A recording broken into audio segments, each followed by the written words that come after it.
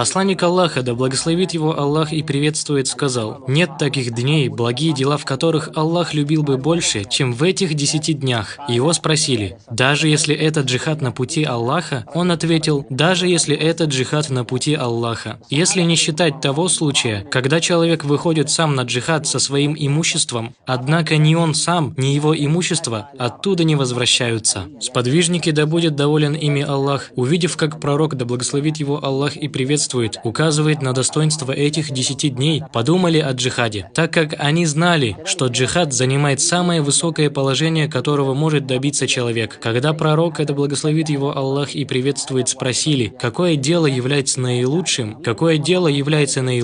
он ответил: вера в Аллаха и его посланника. Его спросили: а после этого? Он ответил: джихад на пути Аллаха. Также шахиду прощаются все совершенные им грехи, кроме долга. Все это говорит о высоком положении джихада и шахады на пути Аллаха. Если он становится причиной прощения всех грехов, то каково же его достоинство и высокое положение? Тогда сподвижники поспешили спросить пророка, да благословит его Аллах и приветствует: даже если это джихад на пути Аллаха? Он объяснил, что праведные дела в этих 10 дней лучше, чем джихад, кроме одного случая, когда человек выходит сам на джихад со своим имуществом, однако ни он сам, ни его имущество оттуда не возвращается. То есть он пожертвовал своим имуществом на пути Аллаха, и тот выбрал его шахидом. Это лучше, чем дела, совершенные в первые 10 дней Зуль-Хиджа. Все это указывает на достоинство шахида и достоинство джихада своей душой и имуществом. А также в этом хадисе указание на достоинство совершения праведных дел в первые 10 дней Зуль-Хиджи. И они лучше, чем праведные дела, совершенные в другое время, вне зависимости от их вида и положения.